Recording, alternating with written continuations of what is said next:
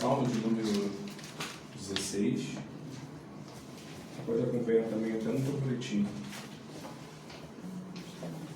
De verso 11, que diz assim: Tu me farás ver os caminhos da vida, na tua presença há plenitude de alegria, na tua destra delícias perpetuamente. Amém? Estenda suas mãos para cá, vamos orar, pedindo a Deus para abençoar as nossas vidas através do atalaia dele. Oremos. Senhor Deus, está aqui o teu servo, pastor Flávio. Tudo que ele já preparou, tudo que estudou, traga a mente dele, Senhor. E que a tua revelação e que a tua palavra já posta, Pai eterno, num livro tão sagrado como a Bíblia, que a tua palavra, assim, Senhor Jesus Cristo, pregada nesta manhã, possa, Senhor Jesus, agir em nós, dentro de nós. E que possamos, ó Pai querido, sair daqui, Senhor, tranquilos, mas entendendo o que o Senhor falou conosco. Saímos em paz. Saímos daqui, Pai querido, alegres, ó Deus.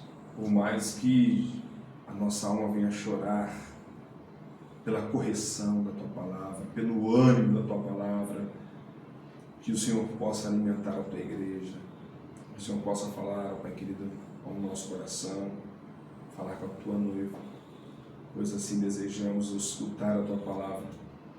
Use poderosamente teu filho, faça dele, Senhor Jesus Cristo, neste instante, como uma ferramenta em tuas mãos, e que a nossa alma possa estar atenta. Gere consciência em nós. É no nome de Jesus que pedimos. Amém. Amém. Jesus abençoe.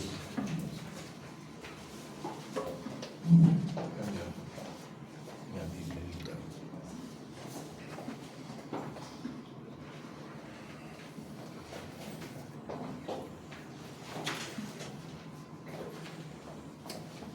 Aleluia. Glória a Deus.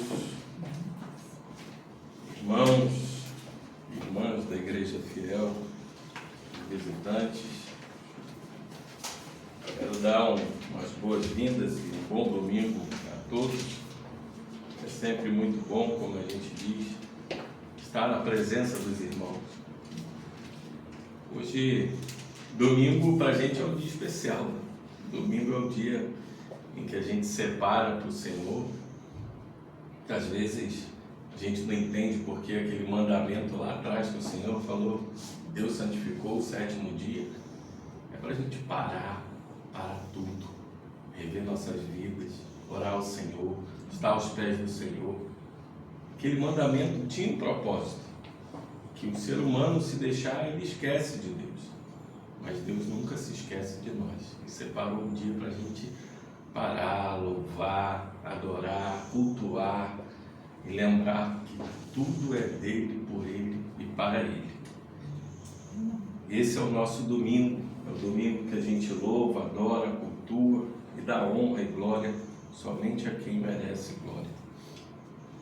Hoje, meus irmãos, nós vamos pregar a carta aos Filipenses e um assunto interessante ao que a gente vê hoje em dia. Hoje nós temos uma geração, não quero nem dizer somente uma geração nova, mas um povo que tem se tornado tão materialista, que tem se tornado tão superficial, a ponto de que procura alegria, procura felicidade em coisas que não pode encontrar. Essa geração que a gente chama de geração Z, geração tecnológica principalmente, é uma geração que tem se perdido muito na questão de conquistas, né?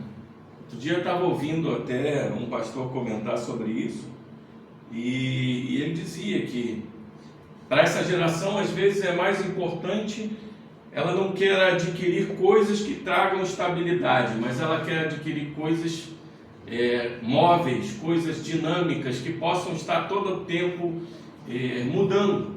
como por exemplo, eu viajei para esse lugar, amanhã quero ir para outro, amanhã quero ir para outro, eu não quero morar só aqui, eu quero alugar aqui, eu quero daqui a pouco alugar outro, eu quero ficar mudando.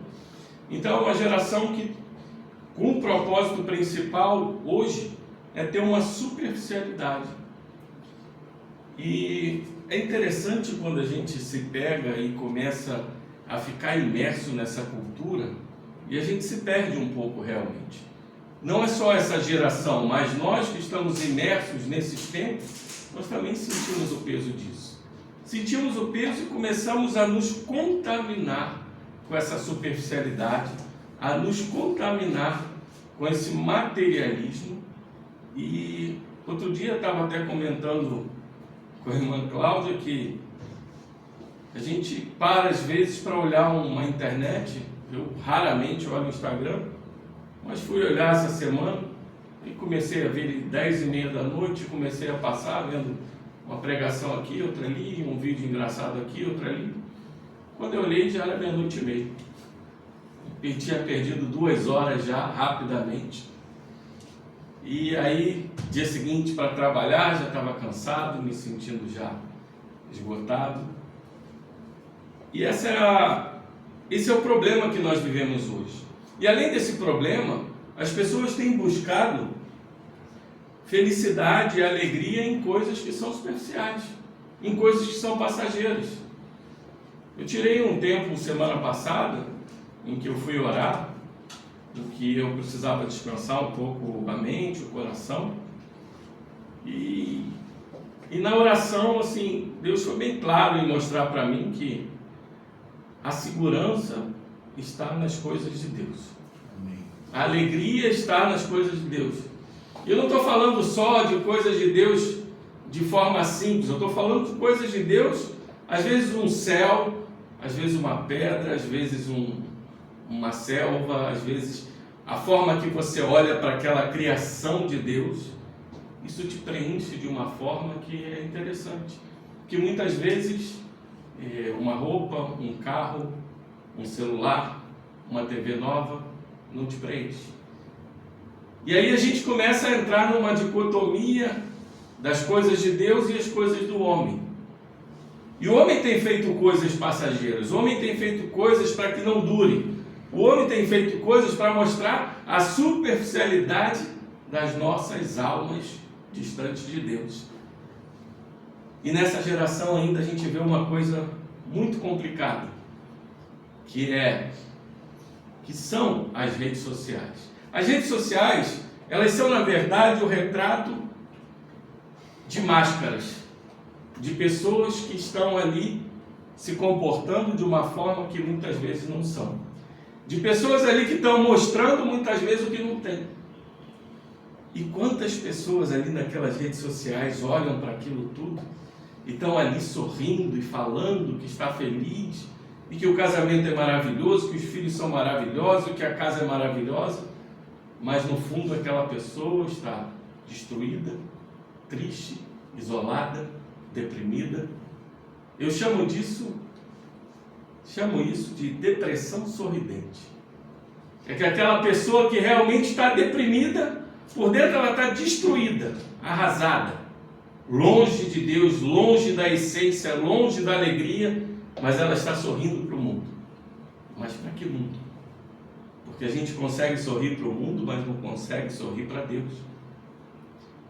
E isso tem nos trazido angústias, tem nos trazido uma geração que é dependente mais de remédios hoje, uma geração que é dependente mais de conquistas para gerar aquela felicidade, e compra um carro novo e dali a 15 dias aquilo já passou. E já está pensando no próximo que poderia, e compra um celular novo e já quer trocar. E tem um marido novo ou tem uma mulher nova e daqui a pouco já quer trocar. Essa superficialidade vem de estar longe do Senhor. E hoje nós vamos ver o que a Bíblia tem para nos dizer sobre a alegria, sobre a verdadeira alegria. Nós vamos para o livro de Filipenses, acompanhem comigo, capítulo 4, vamos conversar no versículo 4. Eu chamei essa pregação de o segredo do contentamento. Contentamento é uma palavra interessante, porque a alegria muitas vezes ela pode ser momentânea, mas o contentamento ele é contínuo. Assim diz a palavra do Senhor, a partir do versículo 4. Alegrai-vos sempre no Senhor. Outra vez digo, alegrai-vos. Seja a vossa moderação conhecida de todos os homens. Perto está o Senhor. Não andeis ansiosos de coisa alguma. Em tudo, porém, sejam conhecidas diante de Deus as vossas petições pela oração e pela súplica com ações de graças. E a paz de Deus, que excede todo o entendimento, guardará o vosso coração e a vossa mente em Cristo Jesus.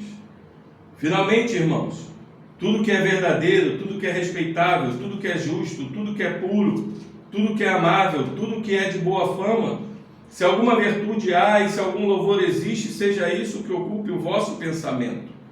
O que também aprendestes e recebestes e ouvistes e vistes em mim, isso praticai, e o Deus da paz será convosco. Alegrei-me sobremaneira no Senhor, porque agora, uma vez mais, renovastes a meu favor o vosso cuidado, o qual também já tinhas antes, mas vos faltava oportunidade. Digo isto não por causa da pobreza, porque aprendi a viver contente em toda e qualquer situação. Tanto sei estar humilhado, como também ser honrado, de tudo e em todas as circunstâncias, já tenho experiência, tanto de fartura como de fome, assim de abundância como de escassez. Tudo posso naquele que me fortalece. Até aí, meus irmãos. Esse texto é um texto conhecido, que muitas vezes usam esse último versículo, versículo 13, de forma errada, né? Tudo posso naquele que me fortalece, para fazer qualquer coisa. Mas não é isso que o texto está dizendo. E nós vamos dar um panorama aqui rápido nesse texto. Esse texto é um texto muito profundo, que daria uma pregação muito longa, mas não é o propósito. O propósito é que vocês entendam a mensagem de uma forma mais resumida e que o Espírito Santo possa falar com vocês. A carta aos Filipenses, meus irmãos e irmãs, ela é considerada a carta mais afetuosa aí do apóstolo Paulo. Ela está repleta de louvores, confiança, alegria, apesar de ser escrita na prisão. Filipenses talvez seja a única carta das Escrituras em que Paulo não está tentando corrigir ensinamentos distorcidos ou está repreendendo comportamentos. Em vez disso, a carta destaca a afeição que o apóstolo tinha por essa igreja e os elogios que ele faz pela maturidade dessa igreja, exortando que eles prossigam nessa direção. Esse pano de fundo a gente encontra ali em Atos 16, que é a visita de Paulo a Filipos e a fundação da igreja, e em Atos 28, em que conta a história da prisão domiciliar de Paulo em Roma. A fundação da igreja de Filipos, ela aconteceu na segunda viagem missionária, em que Paulo e Silas estão compartilhando o evangelho naquela direção ali da Grécia, e eles chegam ali a Filipos, e uma das mulheres, Lídia, que era uma vendedora de tecidos de púrpura, que eram tecidos para a realeza, para os ricos, tingido, né? E eles viram aquela reunião na beira ali de um rio e compartilharam o evangelho com elas, e Lídia chama Paulo para sua casa e a igreja de Filipos começa na casa de Lídia. A pregação de Paulo na cidade causou aquela reação, despertando o ressentimento das autoridades, e aí você vai lembrar que Paulo e Silas foram presos, açoitados, lançados na prisão. Naquela mesma noite, enquanto Paulo e Silas oravam e cantavam hinos a Deus, aconteceu aquele terremoto violento, né, que todos os alicerces da prisão foram abalados e os prisioneiros começaram a partir. E aquele carcereiro, vendo que todos os prisioneiros estavam livres, ele sacou a espada e já ia se suicidar, ia se matar. Mas foi interrompido por Paulo, e Paulo diz: não te faças nenhum mal, porque estamos todos aqui. E o carcereiro correu e perguntou a eles: o que preciso fazer para ser salvo? E Paulo respondeu: creia no Senhor Jesus Cristo, serás salvo, tu e a tua casa. Essa é a igreja, a história daquela igreja de Filipos. Mais tarde, Paulo foi com Silas para as cidades de Tessalônica, Bereia, Atenas, Corinto, outros lugares da Grécia. Mas anos mais tarde, Paulo é prisioneiro de Nero em Roma. E ele aguardava esse julgamento do imperador. E enquanto aguardava essa sentença de morte, essa carta nos mostra alegria, confiança, força. Então, se você está passando por momentos de pressão, de provação, de tribulação, eu te exorto a ouvir essa mensagem. Filipenses, ela tem 4 mensagens principais em 4 capítulos. No capítulo 1, nós temos o versículo-chave que é: porquanto para mim viver é Cristo e morrer é lucro. Muitas vezes nós tratamos esse versículo como uma declaração de escapismo cristão. Isso não é um escapismo de uma pessoa que está querendo morrer. Paulo está dizendo o seguinte: olha, seria muito bom a gente escapar de todas as pressões, dor e lutas, mas para mim é tão prazeroso viver, eu amo viver, e como eu vivo para Cristo. Agora, se eu tiver que morrer, eu sei que eu vou ganhar o céu, então para mim é lucro, mas eu quero continuar, que Cristo continue a falar através da minha vida. E essa primeira mensagem do capítulo 1 é que Cristo verdadeiramente é a nossa vida. Já no capítulo 2, nós temos aquela frase em Filipenses 2,5 que diz assim: tende vós o mesmo sentimento e atitude, a palavra no grego aqui é phronesis, que houve em Cristo Jesus. Essa palavra ela não tem tradução, por isso que algumas vezes você vai ver em algumas traduções atitude e em outras sentimento. E é justamente isso. É sentimento e atitude junto. Por isso que alguns traduzem de uma forma e outros de outra. Então, essa foi a humildade de Jesus Cristo. Porque o que ele fez? Ele jamais exigiu seus direitos. Ele não usurpou o seu igual a Deus. Ele abriu mão de seus direitos e voluntariamente Deus lhe deu todo o direito. E Paulo está dizendo para os cristãos isso, como exemplo de Cristo: deixe seus direitos de lado, aceite seus erros, substitua o egoísmo pela humildade e confie em Deus para vindicar os seus direitos. Cristo é o nosso exemplo. Já no capítulo 3, Filipenses 3, 4, 7 diria: bem que eu poderia confiar também na carne, se qualquer outro pensa que pode confiar na carne, eu ainda mais, circuncidado o 8º dia, da linhagem de Israel, da tribo de Benjamim, hebreu de hebreus, quanto à lei fariseu, quanto ao zelo perseguidor de igreja, quanto à justiça que há na lei irrepreensível, mas o que para mim era lucro, isso considerei perda por causa de Cristo. Paulo está te dizendo que o poder de Cristo, que a nossa confiança, está em contraste gritante com o poder do eu. E para isso a gente precisa anular a nossa carne, que hoje a TV, as propagandas, a internet, dizendo valorize o seu eu, valorize o seu egoísmo, valorize tudo. E Paulo está dizendo justamente o contrário: o poder interior, Cristo é a nossa confiança. Paulo tinha um ancestral certo, o ritual perfeito, a observância religiosa, o zelo religioso, mas ele dizia que isso nada vale, porque a nossa confiança é Cristo. E aí nós chegamos no capítulo 4, que é o versículo-chave: tudo posso naquele que me fortalece. E nós devemos entender que Cristo é a nossa energia. Então eu falei para vocês que Cristo é a nossa vida, Cristo é o nosso exemplo, Cristo é a nossa confiança e Cristo é a nossa energia. Porque mesmo que a gente esteja em necessidade, é Ele que nos supre.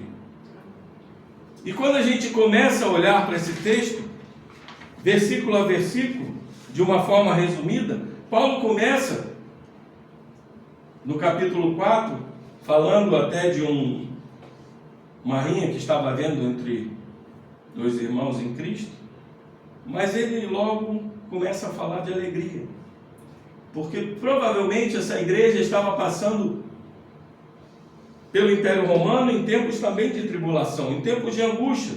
E muitos estavam querendo, de repente, ser vencidos pela tristeza, pela impaciência, aquelas circunstâncias de hostilidade, perturbação. E Paulo vem com essas consolações espirituais. E ele diz: alegrai-vos, alegrai-vos no Senhor. É interessante porque, em meio a tudo isso, o recado que Paulo tem para nós é: alegrai-vos no Senhor. Paulo está querendo dizer, meus irmãos, não olhem para as circunstâncias, olhem para o céu. Porque nós temos o Senhor. Nós sabemos que o mundo inteiro nos tenta até o desespero. Vocês podem ser vítimas de perseguição, de exílio, de morte, de tortura, em meio à prisão, como eu também sou, as apreensões de morte. Mas, tendo o Senhor ao lado, a nossa alegria é grande. E Paulo, além de dizer que, ele está dizendo assim, que isso seja a vossa força, que isso seja a sua estabilidade, e ele vem e complementa no mesmo versículo, no versículo 5, seja a vossa moderação conhecida de todos os homens, perto está o Senhor. A moderação aqui é uma palavra interessante, porque muitas pessoas, às vezes, gostariam de traduzir isso como modéstia. Paulo não está falando sobre isso, porque ele não está repreendendo uma arrogância insolúvel dessas pessoas. Paulo está falando, olha, nós estamos falando daquele ânimo constante, daquela sensação de paz constante. Paulo está dizendo para a gente assim: seja a nossa equanimidade, seja a nossa constância, seja o nosso ânimo equilibrado, sempre a mesma coisa. Isso no português é a palavra equanimidade, diferente de equidade, que equidade tem um pouco de relação com justiça, em que você trata igual, os mesmos semelhantes. A equanimidade não. A equanimidade é quando a gente tem uma constância, uma linearidade de humor, de sensação no coração, de temperança. E olha que interessante, porque Paulo vincula isso a o Senhor está perto.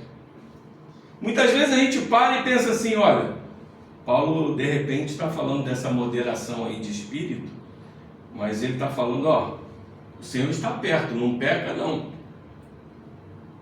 Mas eu acredito que Paulo está nos ensinando algo mais aqui. Ele está nos mostrando que muitas vezes a nossa ansiedade, a nossa falta de paciência, a forma como a gente age errado diante das coisas de Deus, é porque a gente não confia na providência de Deus. É porque a gente olha muitas vezes para o problema, mas não olha para Deus. E ele está dizendo assim, olha, sejam moderados de espírito. O Senhor está perto, é Ele que provê, é Ele que faz, é Ele que acontece, é Ele que dá a última palavra, é Ele que estabiliza a vida. Essa moderação é justamente para vocês entenderem, vocês querem ser moderados, vocês querem ser equilibrados, o Senhor está perto, Ele é que provê. É só isso que você precisa saber. Esse é um ensino muito claro para a gente. E o mundo pensa como? Muitas vezes existem ditados que se estamos no meio de lobos, devemos uivar como os lobos. Ou aqueles que agem como ovelha serão comidos por lobos. E Paulo está falando ao contrário. Ele está falando assim, olha, o inimigo pode levantar pessoas para infligir injúrias, difamações, calúnias, tribulações aos teus pés, colocar você aos pés desses homens malignos, maus, ímpios, mas mantenha a sua moderação de espírito, porque o Senhor provê todas as coisas, é Ele que dá a última palavra, é Ele que vai fazer o que precisa ser feito, não é você. Continue equânime, continue tranquilo, com semblante de tranquilidade, porque você vai fazer com que essas pessoas olhem para você e digam assim: nós estamos a todo tempo perturbando ele, e ele continua com o mesmo equilíbrio, com a mesma temperança. Às vezes eu me perco assistindo esses vídeos, e aí eu vejo que as pessoas começam a falar bem, e quando elas são confrontadas, elas perdem toda coisa e já começam a gritar, e muitas vezes até pastores, pessoas que são de Deus verdadeiramente, perdem a estribeira. Eles deveriam ler isso aqui. O Senhor está perto, é Ele que provê. Essa tribulação, ela tem um propósito. A tribulação, ela faz com que a gente amadureça, que a gente cresça. Essa moderação, ela é necessária, porque o mundo a todo momento olha para nós. O mundo a todo momento quer te apontar o dedo e quer dizer assim: olha, tá vendo? Diz que é crente e olha como ele age. E Paulo diz: pensem que o Senhor é que provê todas as coisas, e essa moderação virá. E logo em seguida Paulo vai no versículo 6 e diz assim: não andeis ansiosos de coisa alguma, em tudo, porém, sejam conhecidas diante de Deus as vossas petições, pela oração, pela súplica, com ações de graças. Paulo usa uma palavra aqui que chama empanti, em grego, que é em todas as coisas, em tudo, né? Em toda a questão. Ele está exortando, assim como Davi exortou os santos, no Salmo 55, 22, que diz assim: confia os teus cuidados ao Senhor e Ele te susterá, jamais permitirá que o justo seja abalado. E como também Pedro, em 1 Pedro 5,7, diz assim: lançando sobre Ele toda a vossa ansiedade, porque Ele tem cuidado de vós. Meus irmãos, a nossa estrutura, ela não é de ferro, para que ela não possa ser abalada por tentações. Nós somos seres humanos. Eu ontem mandei para o pastor Gerson um vídeo de um pastor comentando sobre os salmos imprecatórios, as orações imprecatórias, que são aquelas orações que o salmista coloca a sua alma para fora e muitas vezes pede a morte dos ímpios, muitas vezes pede a repreensão, pede a justiça de Deus. E a igreja hoje muitas vezes não consegue lidar com isso. Mas como assim, pastor? Eu vou orar pelo mal de alguém? Mas a Bíblia nos mostra isso. Nós não devemos ter por prática pedir o mal de alguém. Mas nós sabemos na Bíblia que existem os vasos de desonra, existem aqueles que estão querendo destruir o povo de Deus, existem aqueles que estão querendo acabar com o povo de Deus. É uma luta o tempo todo do sistema do anticristo contra o sistema de Cristo. Nós sabemos que Cristo já é vitorioso, mas essa luta existe. E Deus nos permite na Bíblia, não na frente de pessoas, mas no âmago da nossa alma, no nosso quarto, onde quer que a gente ore a Deus, a gente colocar essa alma humana para fora e dizer: Senhor, eu não aguento mais esse atribulado, essa atribulada no meu pé. Resolve, faz a sua justiça, para Ele. Se for de tua vontade, que o Senhor tenha que parar com alguma morte ou com alguma doença, com o que quer que seja, mas proteja o teu povo, proteja a tua igreja. Muitas vezes a gente tem medo de fazer isso, mas quantas vezes os salmistas fizeram isso? Quantas vezes as orações eram com base nisso? Isso não quer dizer que você é uma pessoa má, isso quer dizer que você está botando para fora o que muitas vezes você fica pecando na mente. Porque alguém faz algum mal para você e você fica remoendo e remoendo e remoendo, e você fica ali: queria matar ele. E muitas vezes é melhor você esbravejar com Deus, aos pés de Deus, e falar: que bom, Senhor, que eu posso me abrir com o Senhor, colocar minha alma para fora e dizer o que eu sinto nesse momento. Porque quando você coloca tudo aquilo para fora, a tua alma repousa. E isso é ótimo. É por isso que está na Bíblia. É por isso que o salmista ora com a alma: Senhor, Ele está destruindo o nosso povo, Ele está matando os seus. Coloca as tuas mãos sobre esses ímpios e leva eles embora. Esse é o desejo do coração do ser humano verdadeiro, que não se esconde atrás de uma face, mas que diante de Deus coloca as suas dores, as suas aflições, as suas angústias. E é isso que Paulo está falando. A nossa estrutura não é de ferro. E quando a gente está nesse peso, nós temos que depositar, descarregar no seio de Deus tudo que nos afadiga, tudo que nos cansa. E só podemos colocar isso em prática com exercício de orações. Temos que recorrer com uma oração como se fosse o nosso asilo, o nosso refúgio. O que quer que façam essas pessoas, a gente pode derramar os nossos corações diante de Deus. E aquelas saturações que nós temos de queixas, de murmurações, de tudo, nós podemos colocar diante do Senhor e dar graças por isso. Porque o Senhor é um Pai que nos ouve. O Senhor é um Pai que entende essas coisas. Jesus entende também, porque Ele foi perseguido, Ele foi atribulado, Ele foi torturado, Ele foi vilipendiado e Ele foi morto. E Ele entende essa perseguição, Ele entende o nosso coração, Ele entende a dor. Nós temos um sumo sacerdote que padeceu e sofreu todas as coisas, mas nós temos a oração para colocar tudo. E Paulo termina esse versículo dizendo com ações de graças. Que quando você termina a oração, fala: que bom, Pai, que eu tenho o Senhor.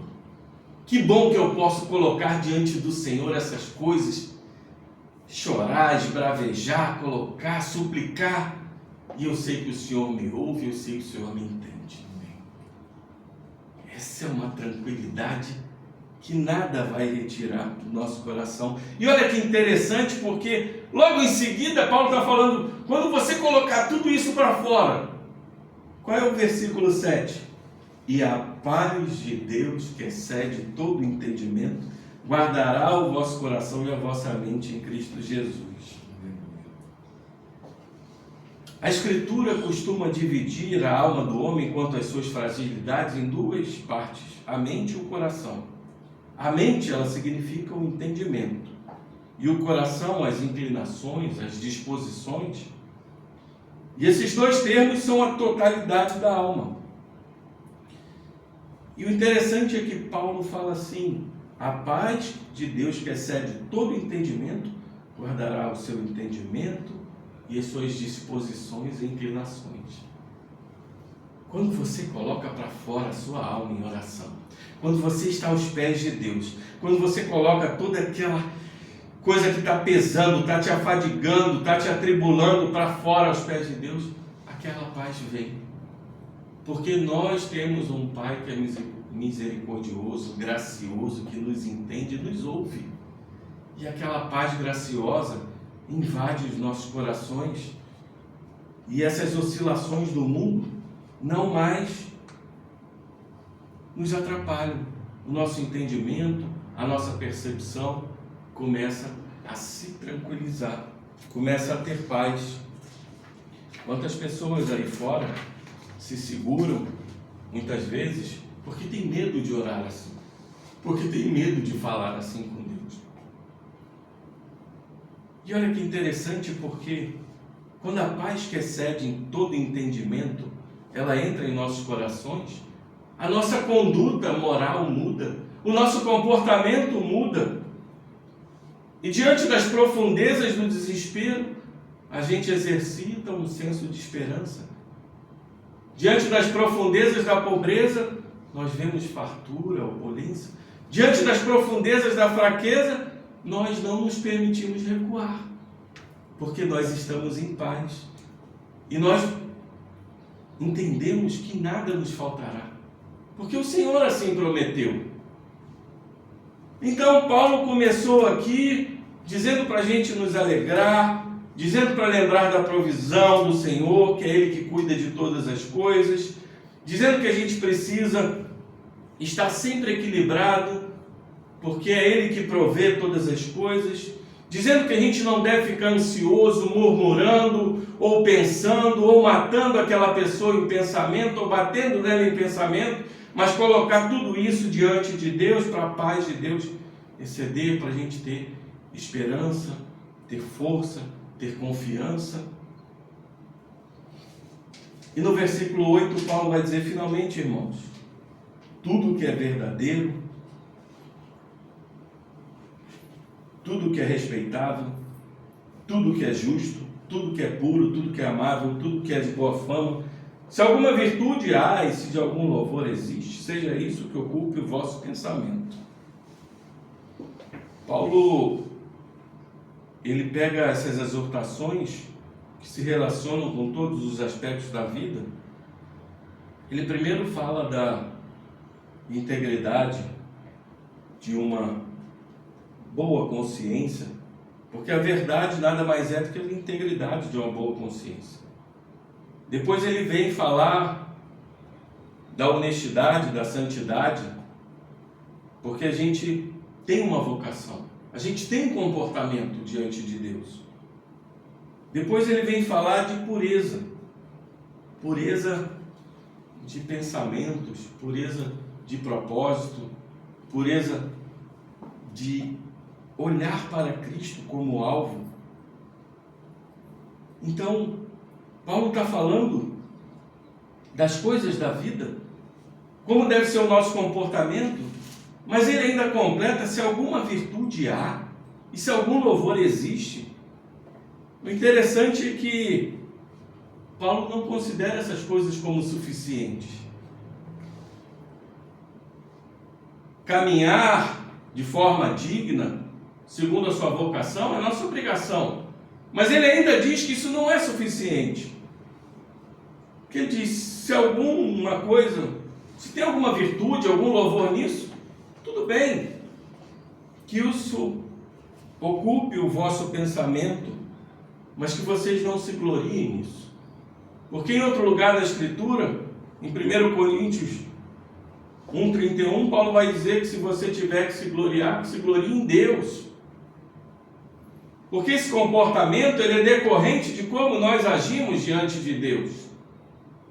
E a glória é toda dele, porque a paz vem dele, a moderação vem dele, o equilíbrio vem dele. E a gente pode muitas vezes ser pessoas religiosas, mas não entender que vem tudo de Deus. E nós não podemos regular as nossas vidas de acordo com o critério das pessoas, para que elas olhem para essas coisas e digam, verdadeiramente, essa pessoa é uma pessoa de Deus. É claro que nós queremos que vejam a glória de Deus em nossos rostos, mas é a glória de Deus, não é a nossa glória. Mas Paulo continua dizendo, não adianta só vocês saberem de tudo isso e não colocarem em prática. Quando estive no meio de vocês, eu mantive o meu comportamento, mas além de manter o meu comportamento, eu falei para vocês que tudo vem de Deus, que essa glória toda é de Deus, que essa moderação, que essa tranquilidade, que essa paz, que essa vida que vocês têm que viver vem de Deus. É súplica, é oração, é colocar a sua alma para fora, é petição, e entender que essa paz que excede todo entendimento. E olha como ele termina, ele fala assim, que aprendeste, recebeste, ouviste e viste em mim, isso praticai. Ele tinha falado da paz de Deus, e agora ele fala do Deus da paz. E o Deus da paz será convosco. Olha que interessante. Vocês podem praticar todas essas coisas, que é o correto, entendendo que a glória é de Deus.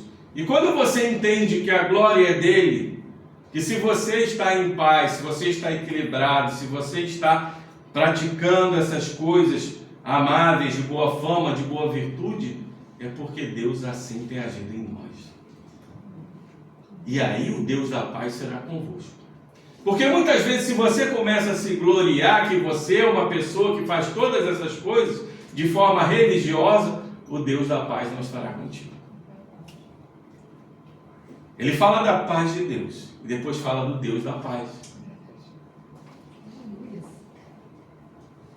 E para terminar o texto, Paulo vai agradecer aos filipenses. Ele diz: alegrei-me sobremaneira no Senhor, mais uma vez renovasse a meu favor o vosso cuidado, qual também já tinhas antes, mas faltava oportunidade. Muito me regozijei. Aqui ele declara sua gratidão para os filipenses, né?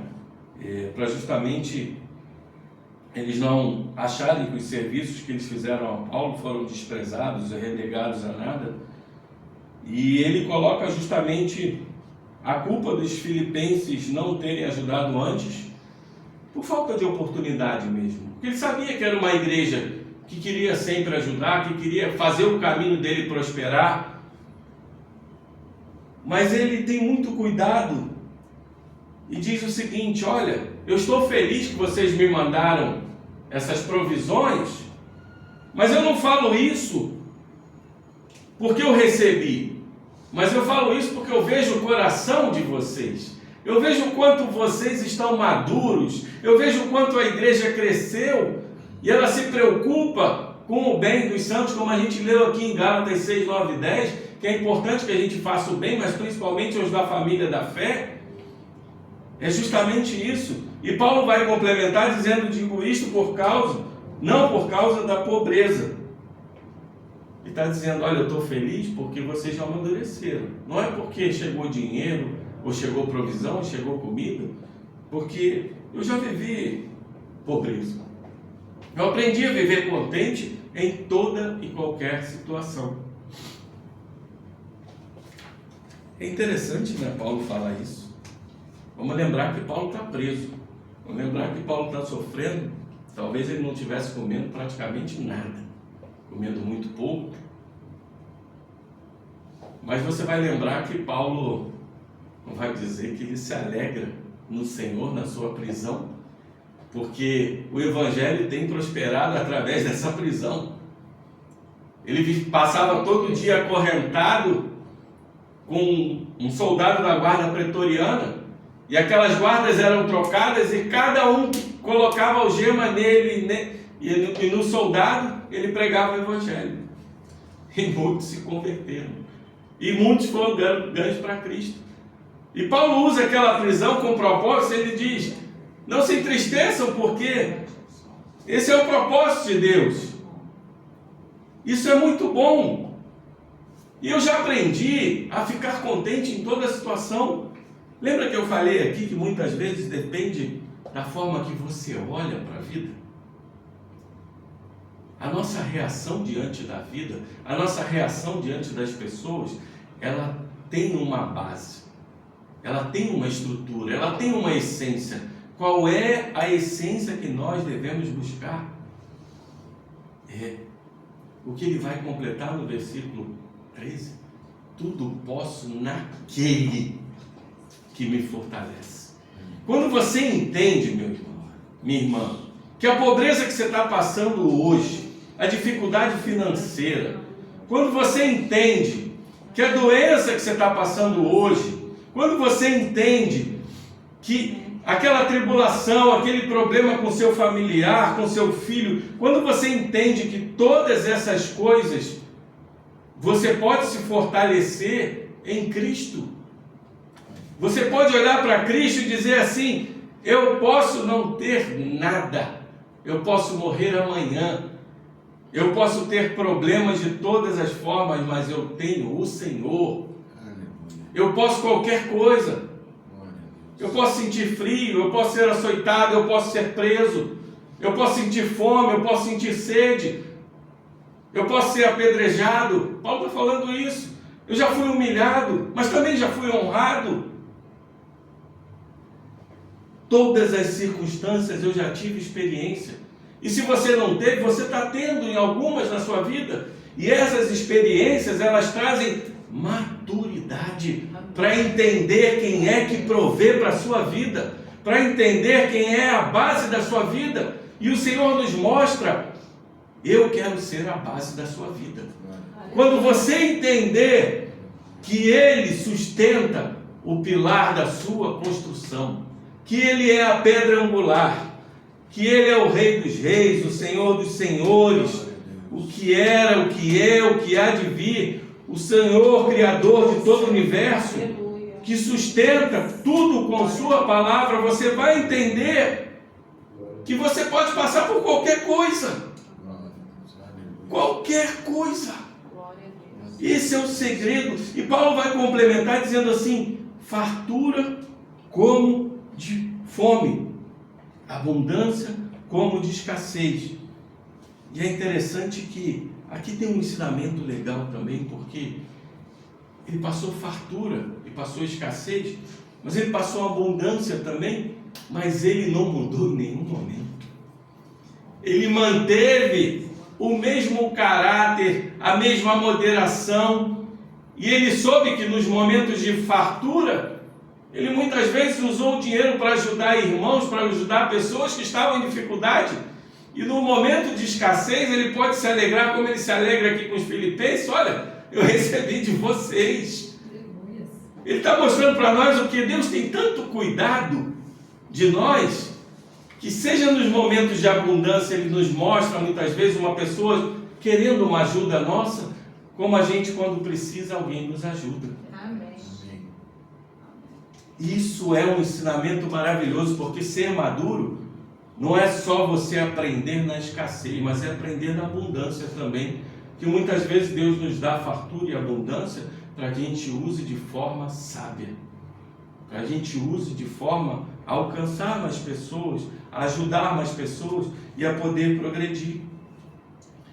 E ele termina o texto dizendo: tudo posso naquele que me fortalece. Isso aqui não é uma liberação para que a gente possa dizer assim: olha, eu posso fazer o que eu quiser em Deus. Não! Paulo está dizendo aqui: qualquer problema que você tenha, seja doença, seja fome, seja pobreza, seja dor, seja escassez, seja um problema familiar, seja uma tribulação, seja uma depressão, você pode viver todas essas coisas, porque muitas vezes elas vêm com um propósito de nos amadurecer, mas entenda que você pode vencer todas elas naquele que te fortalece.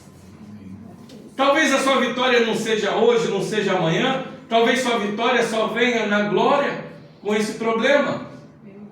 Mas você, o seu foco é o céu, porque você sabe que você pode caminhar. Deus nunca falou que retiraria essas tribulações da nossa vida. Deus nunca falou que retiraria a doença. Deus nunca falou que retiraria a angústia, a aflição. Jesus falou: no mundo tereis aflições. Mas Ele falou que nunca te abandonaria. Ele falou que sempre estaria do seu lado. Isso é o recado, é o segredo do contentamento. Porque você pode todas as coisas quando você entende isso. Deus prometeu a nós contentamento quando a gente age dessa forma que Paulo falou. E para a gente terminar, o contentamento, Paulo nos dá 3 lições vitais aqui. Ele primeiro mostra que o contentamento não depende de circunstâncias. Depois ele nos mostra que o contentamento vem de Deus, ponto final. E o terceiro, ele nos mostra que o contentamento deve ser aprendido. Quando a gente fala que o contentamento não depende de circunstâncias, vamos lembrar os textos aqui, por exemplo, 2 Coríntios 6, 9 e 10, que Paulo passa período de fome e pobreza. 2 Coríntios 11, 27, fome, sede, frio, nudez. Gálatas 4, 13 e 14, doença grave. 2 Coríntios 11, 23 e 29, chicoteado 5 vezes e fustigado com vara 3 vezes. Atos 14, 19, apedrejamento. 2 Coríntios 8, 11 e 25 e Atos 27, acidentes, naufrágios. 2 Coríntios 4, 7, 18, 12, 7 e 10, problemas físicos crônicos. 1 Coríntios 7, celibato indesejado. 1 Timóteo 1, 12 e 17, memórias de um passado pecaminoso. 2 Coríntios 11, 28, preocupações do ministério pastoral. Atos 16, 22 a 25, espancamento. 2 Timóteo 1, 15, 4, 10, rejeição dos crentes. Assim como Jesus, em João 16. Paulo passou por todas as coisas. E ele mostrou que o contentamento não depende dessas circunstâncias. Ele diz: alegrai-vos no Senhor, é o Senhor que provê. Já passei por tudo isso, mas é Ele que fortalece. E quando eu olho para Ele, eu tenho uma paz, e o Deus da paz está comigo. E tudo começa a caminhar. Segundo ponto, o contentamento vem de Deus. Como a gente vê em Abacuque 3, alegria no meio da crise, Hebreus 11, contentamento em meio à perseguição. Quando a gente entende que nós não somos autossuficientes, mas nós somos seres dependentes de Deus. Você já parou para pensar que nós somos os únicos seres na criação que a gente precisa de ajuda dos pais nos primeiros anos de vida? O cavalo ele já pega, já levanta e já anda. O leãozinho já levanta e já anda do lado da mãe. Já come. Muitas vezes até ajuda. Mas o ser humano, se você não der comida, se você não carregar no colo, se você não cuidar, ele morre. Isso eu acho que tem que dizer alguma coisa para nós. Nós somos dependentes. Nós não somos autossuficientes. Por isso que Jesus vai dizer: sejam como essas crianças. Não no sentido de ser ingênuo, que tem criança que não é ingênua.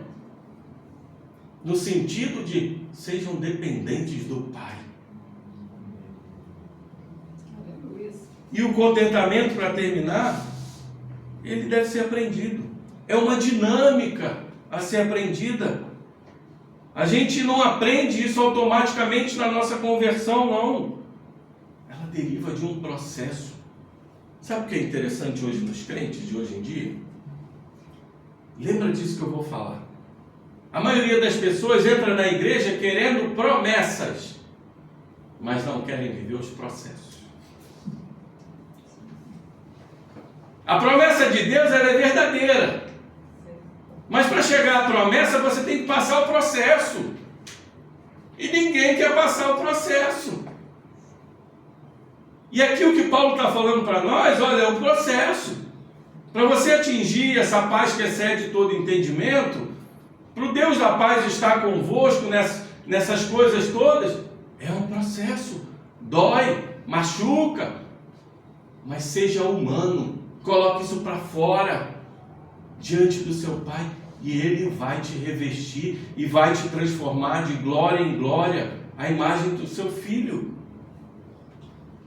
Não adianta ter um espírito murmurador o tempo todo. Não adianta a gente pensar só na cobiça. Nós temos que colocar isso para fora. Um espírito contente é um espírito que adora. Aleluia.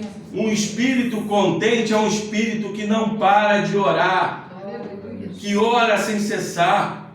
Um espírito contente é aquele que crê nas promessas de Deus, mas crê que também temos que passar nos processos que Deus assim quer, que Deus assim provê. E o crente tem que dar os passos junto do corpo de Cristo. Porque muitas vezes, meus irmãos, nós nos enfraquecemos, ficamos frágeis, e nós precisamos estar ao lado de irmãos e irmãs que nos ajudem, que façam caminhar, que nos dê a mão, que orem por nós. Isso é o corpo de Cristo. Esse é o nosso corpo. Para deixar uma dica para vocês, tem um acróstico. Acróstico é quando você pega a primeira letra de uma palavra ou de uma frase para lembrar de uma palavra ou de uma frase. Aqui eu uso OPO, OPO. Primeiro, ore, como Paulo fala em Filipenses 4, 6, 7, que a gente leu aqui. É o O. Segundo, pense em coisas piedosas, como ele falou em Filipenses 4, 8. É o P. E O outro O é obedeça à verdade de Deus, como a gente leu em Filipenses 4:9. Ore, pense em coisas piedosas e obedeça à verdade de Deus. Para terminar, duas declarações de dois grandes teólogos, dois grandes pastores. A primeira de Jeremiah Burroughs, um puritano, que diz assim: contentamento cristão é aquele estado doce, interior, sereno e gracioso de espírito, que livremente se submete e se delicia na disposição sábia e paternal de Deus em toda e qualquer situação. E John Piper diz: Deus é mais glorificado em nós quando estamos mais satisfeitos nele. Glória a Deus. Amém. Glória a Deus. Essa é a mensagem do contentamento. Essa é a mensagem que a igreja deve ouvir. Não é Deus vai te dar, Deus vai fazer, Deus vai acontecer. É dizer: o Senhor está perto em toda e qualquer situação. O Senhor provê em toda e qualquer situação. Regozije-se nisso, alegre-se nisso, para que o Senhor possa trazer o verdadeiro contentamento para nós. Vamos orar. Senhor, muito obrigado. Obrigado pelas tuas palavras, obrigado pelos teus ensinamentos.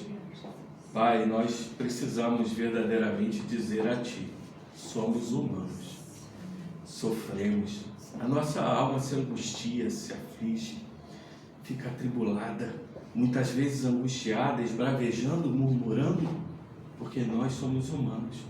Quantas vezes somos perseguidos, difamados, caluniados, vilipendiados, alguns até torturados e mortos pela justiça do Senhor. E Pai, ajuda-nos a entender que nós vamos viver a promessa sim, mas que tudo tem um processo. E que em todo o processo podemos todas as coisas naquele que nos fortalece. Em que todos os processos o Senhor está perto. O Senhor nunca prometeu que tiraria as aflições, mas nos prometeu que nunca nos deixaria. E essa é a nossa moderação, e essa é a nossa paz, e esse é o nosso entendimento, tanto de mente quanto de coração, que nos deixa equilibrados, de saber que nós temos o Criador de todas as coisas, o Príncipe eterno, o Príncipe da paz, o Senhor Deus verdadeiro e Criador de todo o universo, sempre, em todo momento, em toda dificuldade, ao nosso lado. Porque pai e mãe podem nos abandonar, mas o Senhor sempre nos acolherá. Assim diz a tua palavra. Amém. E felizes e contentes estamos, porque sabemos que temos o Senhor do nosso lado. Ajuda-nos a entender, ajuda-nos a amadurecer e ajuda-nos a nos alegrar para que o Senhor se glorie mais em nossas vidas. É o que oramos em nome de Jesus. Amém. Amém. Vamos passar, meus irmãos, para o nosso momento